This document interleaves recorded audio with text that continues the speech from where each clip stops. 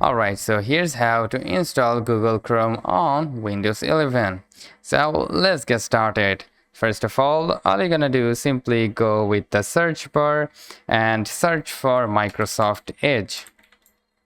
Alright, so if you newly brought any kind of notebook and laptop which support Windows, then you will pretty much get the Microsoft Edge alongside it. Alright, so don't worry about that, you will get the Microsoft Edge and simply search for it and simply open it up.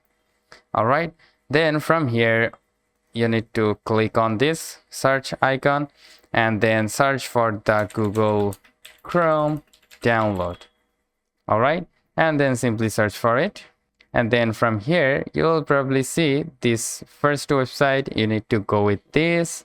After that you will get the download Chrome option. So as you can see, we got this for Windows 10 and 11. So the process of downloading the Google Chrome for Windows 10 and 11 is the same. Alright, so don't worry. So first simply tap on the download button and it will download the Chrome setup for you. So if you don't find the Chrome setup on the right upper side, then you need to go to the search option again and search for File Explorer. Alright, simply open it up and then from here you need to go with the downloads and then simply go with this.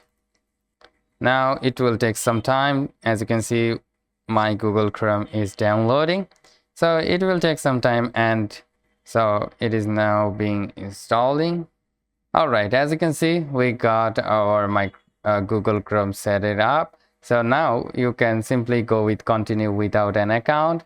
Alright, so there you have it. So that's how you can simply install Google Chrome on Windows PC or laptop. So hope this video helps. If yes, please leave a like and we'll see you pretty next time.